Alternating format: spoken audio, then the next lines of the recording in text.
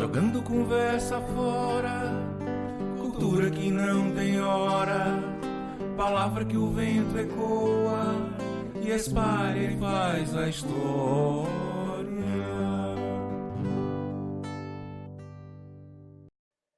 Olá, amigos, tudo bem? Estamos aqui de volta com o nosso canal Jogando Conversa Fora.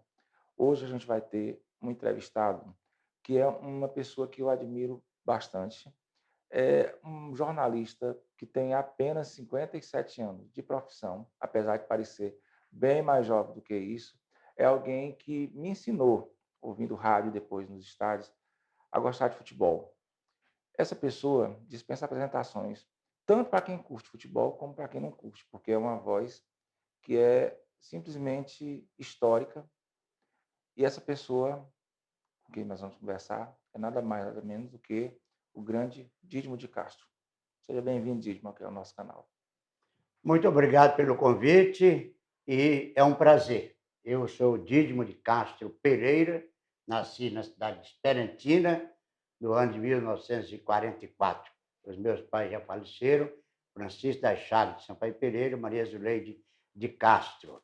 Eu vim para Teresina aí pelos anos, final dos anos 50, eu vim para cá com o meu tio, Temístocles de Sampaio Pereira, que me trouxe para cá para realizar os estudos, né, do antigo exame de admissão que existia, né? Era uma espécie de vestibular, na época, para você ingressar no curso ginasial, né? E comecei aqui no Colégio Diocesano, depois passei para o Liceu Piauiense, tive também uma temporada de 2 anos em Parnaíba, retornei a Teresina e estou aqui até hoje, tenho um amor imenso por essa querida cidade de Teresina.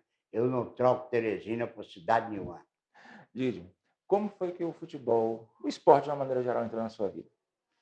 Foi o seguinte, eu sempre, desde menino, eu gostava de jogar futebol.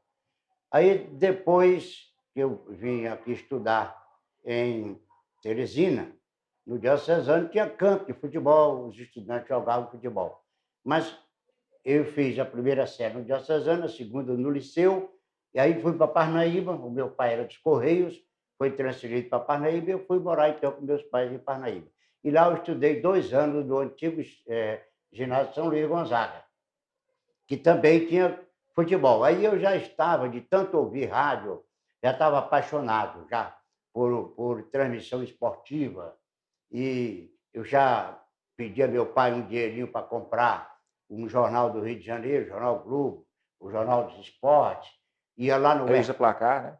Não, na época não tinha, né? Na época era Manchete Esportiva. Era uma outra revista antes da revista Placar, que, aliás, eu tenho uma coleção de milhares de edições da revista Placar, desde o número 1, que tem o Pelé na capa. Então, lá em Parnaíba, eu deixei de jogar com os companheiros naquele campeonato que a gente chamava campeonato interno, turma contra turma, ou então o Colégio São Luís Gonzaga contra o antigo Parnaibano, era a rivalidade entre os dois, lá em Parnaíba. Eu deixei para fazer o seguinte: eu ficava assistindo os jogos de futebol, anotando tudo do jeito que eu via nos jornais, eu escrevia tudo à mão mesmo, direitinho, fazia isso em casa, à noite, até tarde da noite. E segunda-feira de manhã, cedo, eu ia para o colégio antes de todo mundo. Quando chegava, eu colocava lá no quadro de avisos, os meus comentários. Eu analisava a atuação do árbitro, dos jogadores, eu fazia tudo conforme eu via no jornal. E aí peguei o gosto. Os colegas chegavam, tudo olhar para ler o que eu estava dizendo. Os amigos incentivavam ou não incentivavam, achavam tudo legal. Alguns contestavam a nota. Você só me deu nota 7, eu me disse, aquela coisa, né, de gente do esporte, né? Então eu comecei assim, lá em Parnaíba, no Colégio São Luís Gonzaga. Depois de eu concluir os 2 anos do ginásio, voltei para Teresina. Vim para Teresina para fazer o antigo curso científico, que era logo em seguida ao ginásio, no Liceu Piauiense. E sempre com aquele desejo de fazer jornalismo esportivo, e conversava com os amigos. E, na época, tinha um café chamado Café Tricampeão, na Praça Pedro II. Ali se reuniu muitas pessoas do esporte para ouvir programas do Carlos Said, na Rádio Difusora, e do Rio de Janeiro, de Recife, e para ouvir jogo pelo rádio. O dono lá do café, que era o senhor Gaúcho, ele botava um alto-falante na calçada e ficava aquela turma ali como se estivesse no estádio, né? Discutindo o jogo, cada um torcendo por seu time, e eu sempre manifestava aquele desejo, né, de trabalhar em rádio. E dois amigos me deram uma sugestão. Foi o Napoleão Pereira de Santos e o José de Souza Araújo, conhecido como Zé Cacheiro, que era uma pessoa do futebol. Ele tinha um time chamado Palmeiras, aqui em Teresina. Eles me deram a dica: olha, você tem que ir lá no Carlos Said. Fala com o Carlos Said. Isso foi mais ou menos que ano? Isso foi em 62. E eu estudando no liceu, né? Aí, então, eu tinha aquele nervosismo de falar com o Carlos Said nem me É uma lenda, conhecia, né? não é? Mas até que um dia eu resolvi. A radiodifusora era no edifício Pedro Machado, bem na esquina da Praça Rio Branco. Aí, então, um belo dia eu fui lá. Cheguei, me apresentei, disse para o Carlos Said do meu desejo, e ele também não contou conversa, né? Foi logo dizendo: pois olha, a partir de amanhã você vem para cá no horário do programa de esporte, que era 1h da tarde, tinha um programa 1h da tarde, tinha outro às 18h30, por aí. E aí eu comecei a ir olhando, e o Carlos Said já foi me botando para falar, e botava para escrever. Eu não sabia nem escrever na famosa, antiga máquina de escrever. Eu aprendi lá. Não fui nem para a escola de datilografia que tinha, na época, dava diploma, dava tudo. Não, eu aprendi foi lá com o Carlos Said, lá dentro da Rádio Difusora de Teresina. Aí, então, comecei com o Carlos Said, ele já me levava para o futebol, né, e eu fazia atividade de repórter de campo, eu ia a treino de time, eu ia na federação, tudo que o Carlos Said mandava eu fazia. Não tinha dificuldade para nada, porque o desejo era imenso. E nesse mesmo ano, 62, isso aí começou em março, no mês de março. Aí o Carlos Said recebeu um convite de Dom Avelar para instalar o futebol, o esporte e o jornalismo da Rádio Pioneira. E Carlos Said, então, aceitou o convite, foi para lá e disse para mim, o Fernando Mendes, um companheiro, Fernando Mendes, que também entrou assim como eu, com aquela vontade. E o Carlos Dias. Nós éramos 3. O Carlos Said chamava a gente, os meninos, tal. E ele foi lá para a Rádio Pioneira e disse: vocês fiquem aí um pouco mais, que quando eu estruturar, eu vou falar com o Dom Avelar para contratar vocês. E assim foi feito. Quando ele organizou o esporte, o jornalismo da Rádio Pioneira, Carlos Said me chamou. Disse: pode vir os 3, que já está tudo certo com o Dom Avelar. Foi a primeira vez que tivemos a carteira assinada. A minha carteira profissional foi assinada no dia 1º de setembro de 1962, por Dom Avelar Brandão Vilela. Guardo até hoje com um carinho imenso, né? Pela importância da minha vida profissional e pela importância da figura que assinou, Dom Avelar Brandão Vilela. Né? Cheguei a conhecer. Um homem extraordinário. Com certeza. Né? De todo o Brasil. E daí para frente foi trabalhar. Seus pais, o que acharam? Assim? Porque, claro, todo pai geralmente pensa que é o filho estudando para seguir uma outra carreira. Na época devia ser assim, pelo menos. Né? Não há dúvida, mas não colocaram obstáculo nenhum. Eles viam a minha paixão, como eu gostava de ouvir rádio. Lá em Parnaíba, eu ouvia rádio à noite, era para ser, a minha mãe se levantava, chegava lá para mim: meu filho, vá dormir que amanhã tem aula. Amanhã tem aula, vá dormir. E eu ouvindo rádio. Eu saía procurando ali no rádio onde é que tinha alguém falando sobre futebol, sobre esporte. Eu não queria saber qual era a rádio, qual era o locutor, não interessava o jogo. Eu queria que fosse um assunto de esporte. Pelo jeito, então, você nunca pensou em outra profissão que não seja essa que você exerce até hoje, né? Pois é. Eu ainda estudando, ainda muito jovem, e aí, então, a paixão já veio pelo jornalismo esportivo e ficou por aí mesmo. Antes da gente entrar um pouco mais da questão do jornalismo, eu queria matar a minha curiosidade, Sim. e certamente de muita gente que lhe conhece. Como é que você faz para cuidar da sua voz, tendo em vista que eu lhe conheço, assim, desde a sua voz, desde quando eu tinha 8 anos de idade, e eu já estou aí passando dos, já passado dos 50. Como é que você consegue manter essa voz maravilhosa que você tem da mesma forma? Qual o cuidado que você tem com a sua voz? Eu confesso que não tenho tanto cuidado assim, não. Uma coisa que eu não gosto de fazer de maneira nenhuma é beber água gelada. Água gelada eu não bebo. Se eu chego no lugar, me oferece um copo d'água e se eu percebo que está muito gelada, eu agradeço e tudo, mas eu não bebo porque eu sinto, na hora que eu tomo uma água gelada, eu tenho um problema. E, então eu evito. E evito também ventilador, ar-condicionado em determinados momentos. Isso é o que eu faço, né? Para me manter assim, em condições de fazer programas, narrar futebol, e tem dado certo. Você foi o primeiro jornalista piauiense a ir cobrir uma Copa do Mundo, em 1974, na Alemanha, Isso. né, pela Rádio Pioneira. Queria que você falasse para os nossos internautas como foi essa experiência.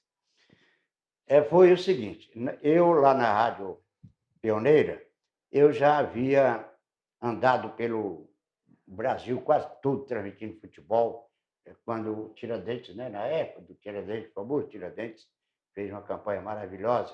Então eu andava por tudo quanto era lugar. E aí veio aquele desejo de seleção brasileira.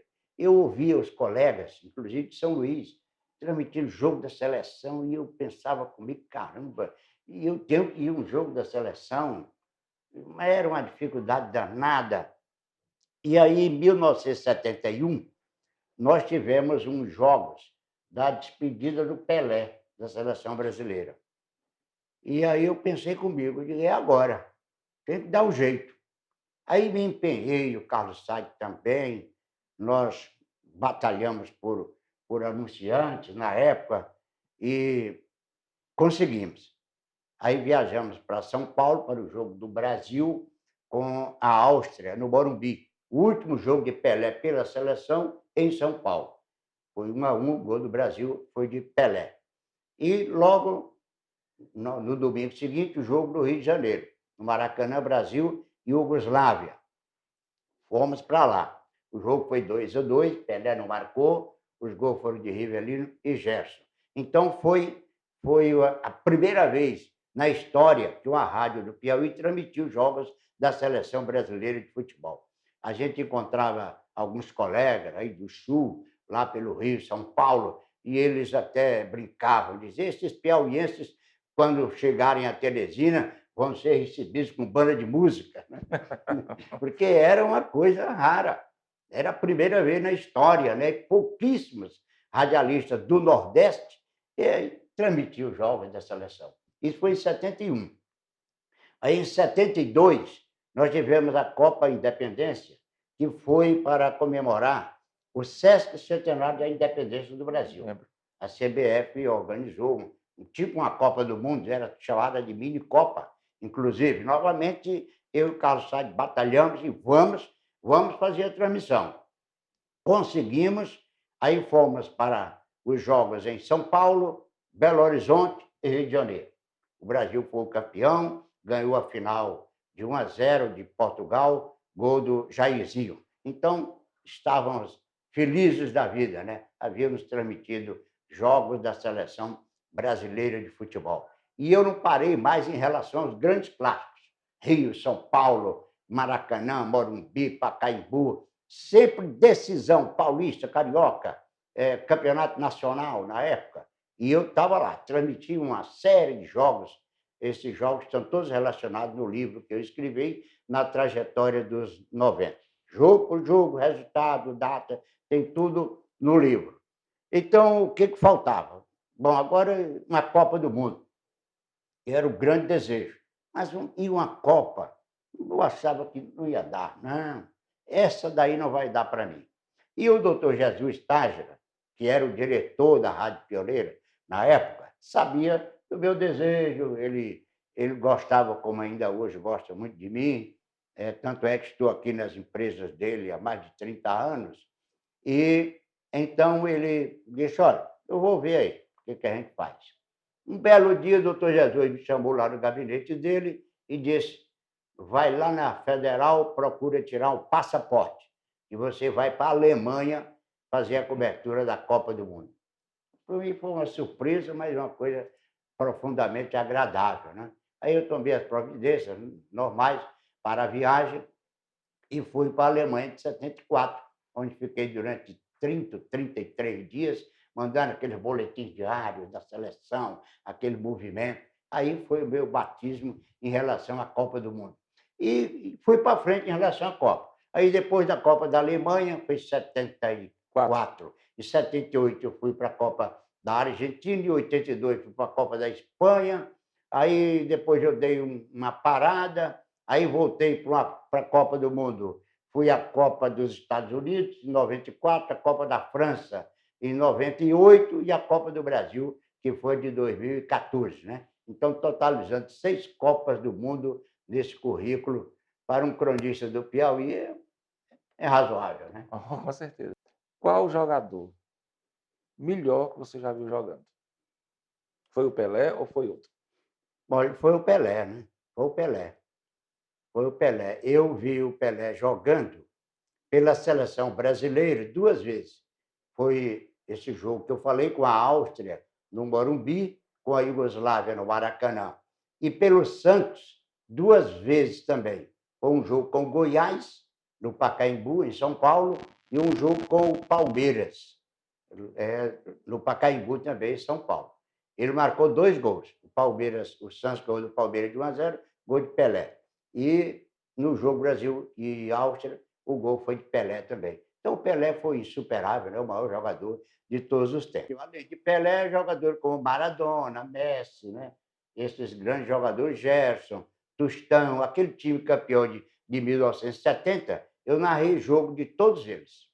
Aqui no Piauí, eu, apesar na época ainda ser bem jovem, mas eu me lembro muito bem o Cima jogando. Por sinal, é alguém que eu tenho pretensão de entrevistar. Se ele estiver nos assistindo agora, já fica convidado para vir aqui para o nosso canal, ser entrevistado também. Mas eu não me lembro, aqui do Piauí, de ver ninguém jogando melhor que o Cima. Você tem algum outro nome que você possa dizer que tenha sido melhor ou igual a ele? Não, tem não. O Cima realmente foi o maior de todos, em todos os tempos. Um jogador que marcou mais de 500 gols, né? Para um jogador do futebol piauiense, isso é uma marca fantástica. Eu lhe digo que este ano, no começo do ano, a revista Placar trouxe uma edição especial sobre os maiores artilheiros do futebol brasileiro e mundial. E o Cima consta lá, ainda, veja você, já deixou de jogar faz algum tempo, né? O Cima está entre os 10 maiores artilheiros da história do futebol do Brasil. Isso é um fato marcante, né, para um jogador piauiense. Tem um fato muito até curioso que aconteceu, já que você falou no Pelé, envolvendo o Pelé aqui com o Piauí. A respeito daquela história que o time do Santos veio, ele não veio. Como você foi certamente uma pessoa que esteve bem dentro dessa problemática, como foi realmente que isso aconteceu?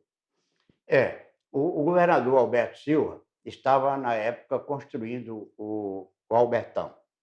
E precisava motivar o futebol, mobilizar o povo, né, em torno do futebol. Havia uma certa marcação cerrada de setores da oposição, né, que o governador ia fazer um estádio, aqui gastar dinheiro, essa coisa toda. Então, ele queria mostrar que o povo piauiense merecia um estádio melhor do que o Lidolfo Monteiro naquela época. E o que ele fez? Determinou que a Federação de Futebol contratasse o Santos com Pelé para jogar em Teresina.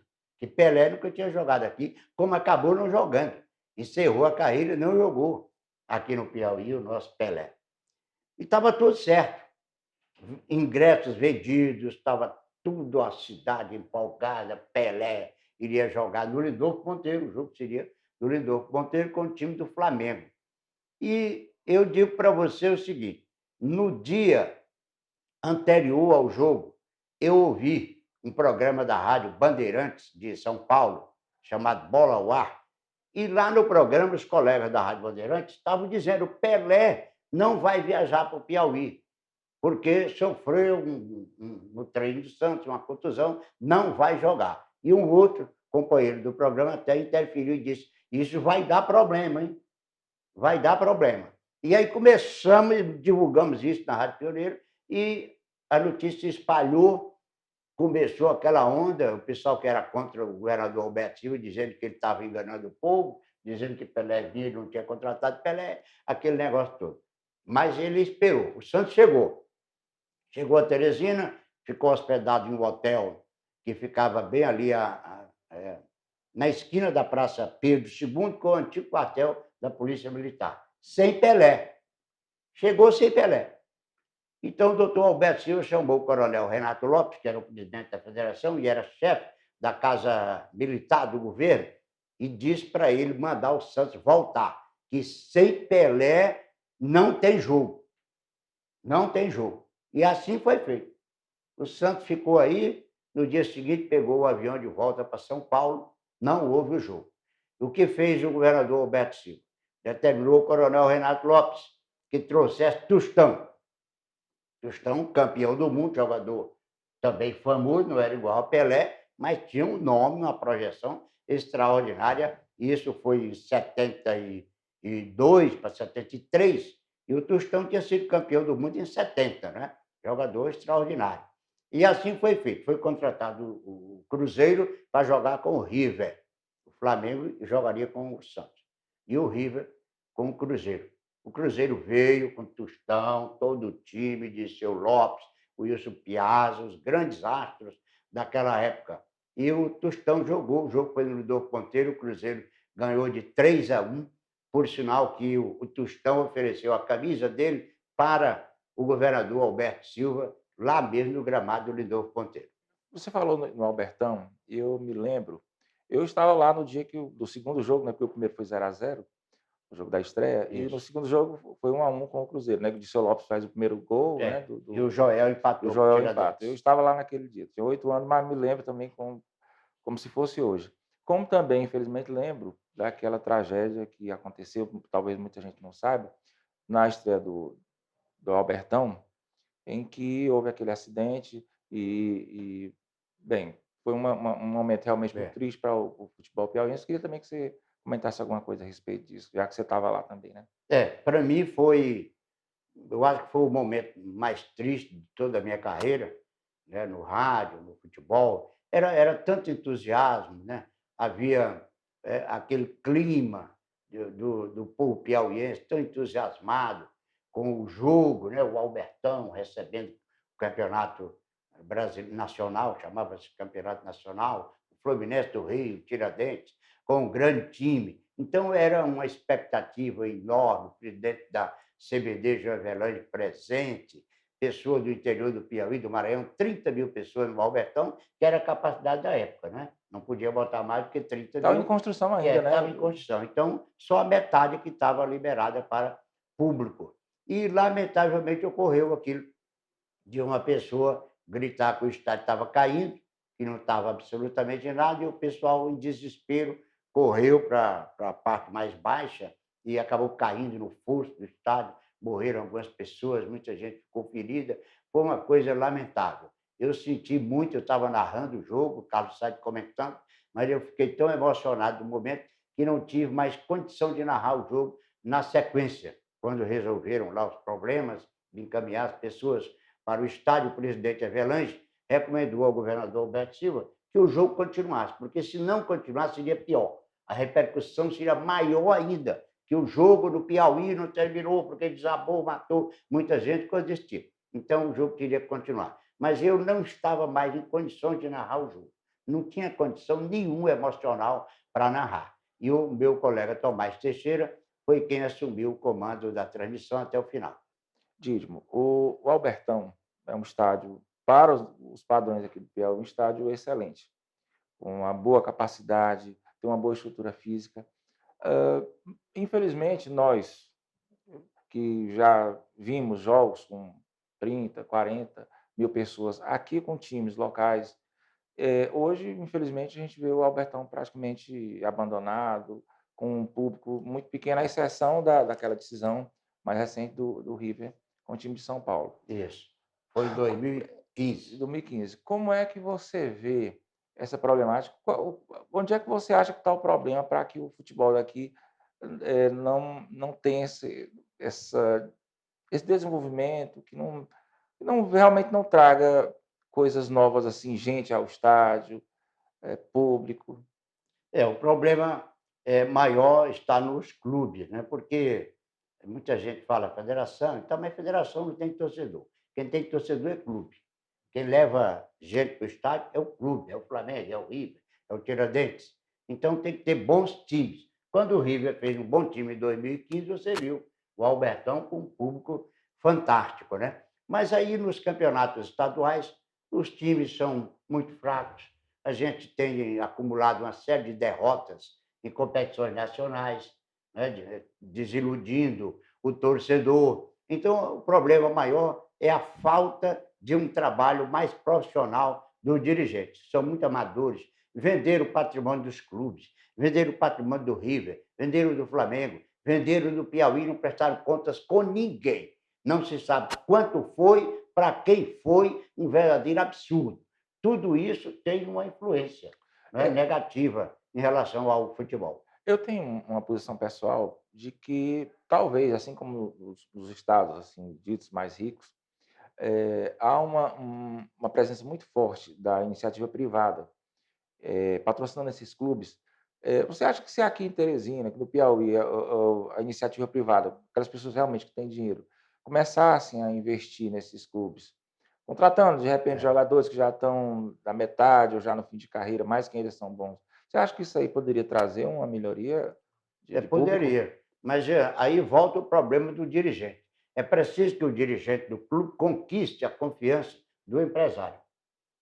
O dirigente administre o clube de maneira profissional. Você acha, então, Os que nossos falta? clubes aqui são tipo coisa de amador. Não Mas tem você acha, então, administração que profissional. falta o quê? Competência ou Não, eu acho que é falta de vontade mesmo, de empenho, né?